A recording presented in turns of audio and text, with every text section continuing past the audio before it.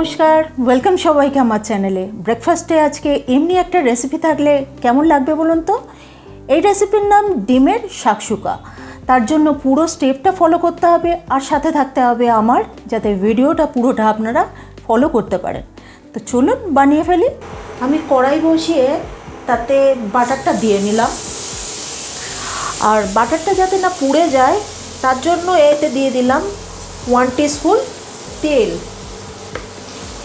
বাটারে খানিকটা রসুন কুচি, খানিকটা কাঁচা লঙ্কা কুচি আপনাদের স্বাদ অনুসারে অ্যাড করবেন।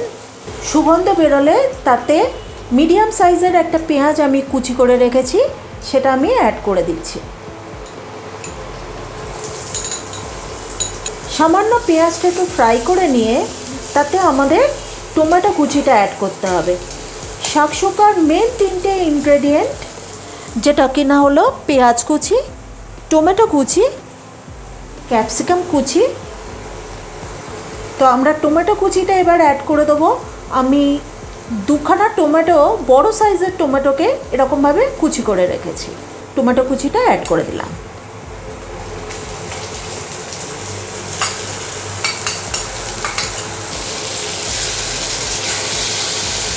একটু নুন দিয়ে দেবো যাতে টমেটোটা তাড়াতাড়ি গলে যায়।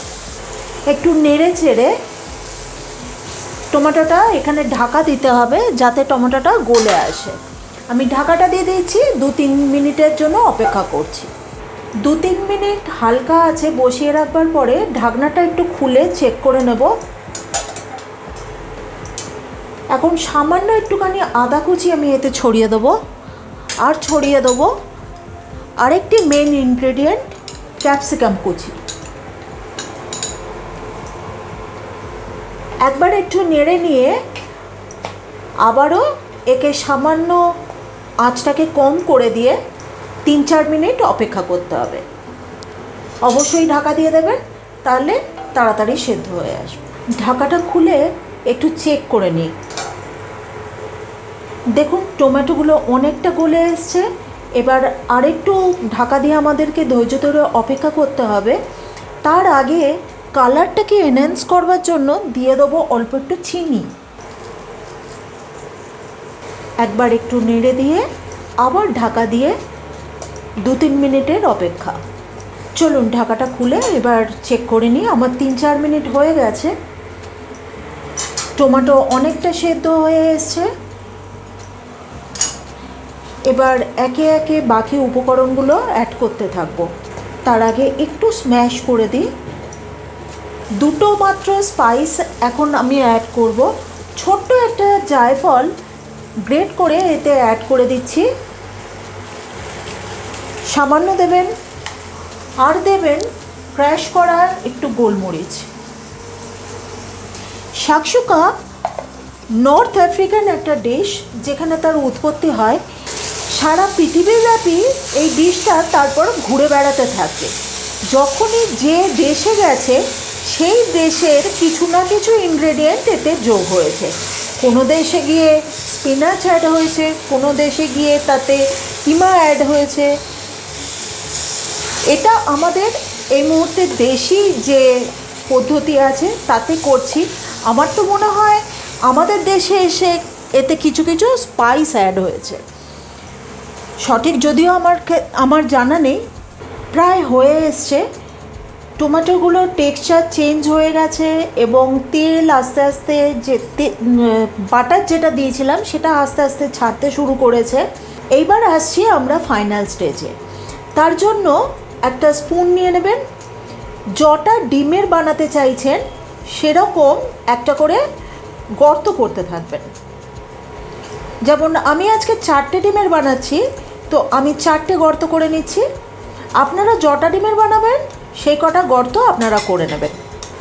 ফাঁকা জায়গাগুলোর মধ্যে আমি দিয়ে দিচ্ছি 1 টুকরো করে চিজ।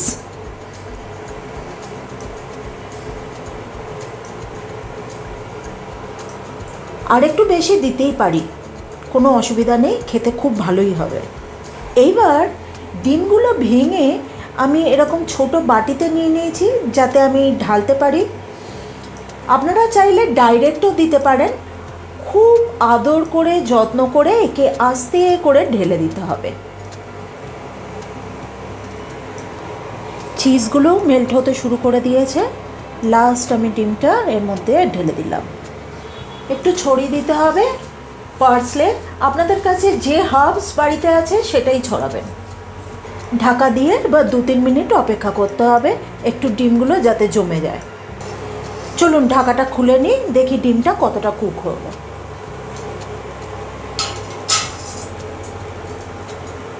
একদম পারফেক্টলি রেডি আমাদের শাকসুকা।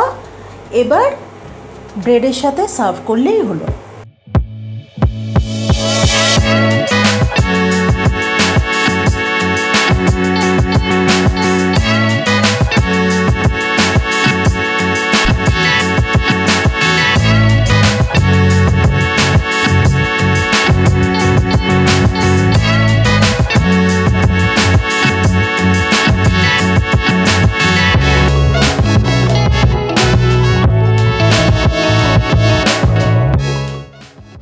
তাহলে এই ছিল আজকের রেসিপি। যেহেতু ডিশটা অথেন্টিক নয়, সেহেতু আপনার পছন্দ মতন যে কোনো ইনগ্রেডিয়েন্টই আপনি স্বাচ্ছন্দ্যে অ্যাড করতে পারেন। আর জানাবেন কেমন হলো। ভালো লাগলে অবশ্যই লাইক করবেন, শেয়ার করবেন এবং সাথে থাকবেন সাবস্ক্রাইব করে। তাহলে সুস্থ থাকুন, দেখতে থাকুন আর সঙ্গে থাকুন পাপিয়াস স্পাইস ক্যাবিনেট।